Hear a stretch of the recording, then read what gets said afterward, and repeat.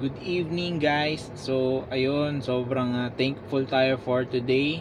Kanina umaga pa lang nung papasok kami ni Kuya Anthony, pinag-uusapan namin na sana ma-approve si client. Sana magamit ni Ma'am Shermin yung unit nila before siya sumampa ng barko. So thankful ako na nagtiwala si Sir Ian na kaya kong ma-release.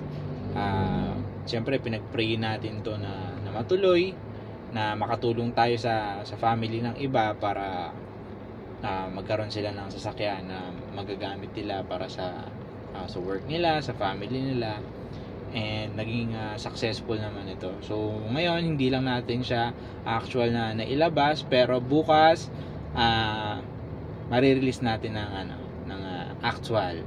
So ayun, see you tomorrow guys. And good morning. Pinapatinta po natin ngayon yung kanilang Wigo para pagdating po nila galing sa bangko, okay na. And dito na nga at dumating na sila at nagsimula na sila magpirma para mapaaga po ang ating release at ma-check na ng Auto Finance Department. And surprise! Ganun lang kabilis yung ating process. Ito, na-release na po nila. And pakinggan po natin yung kanilang comment sa atin. Kamusta po yung naging release po natin? Yung process?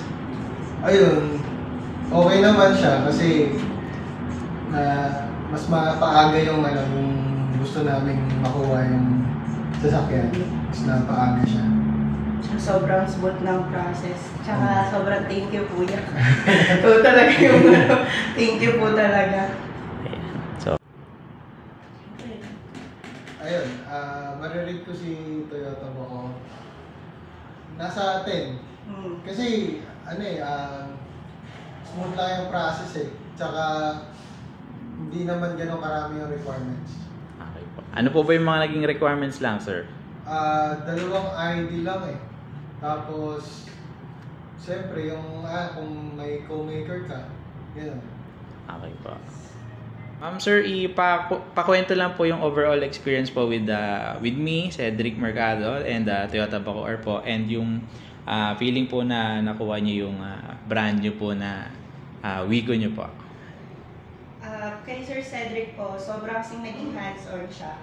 As in from first, yung nung pagtanong niya, hanggang sa wala kami nagawa na okay kasi yung mga parang requirements yung binigay ng mga pag-process, tapos sobrang mura din, tapos ang daming binigay na benefits ni Sir Cedric sa amin.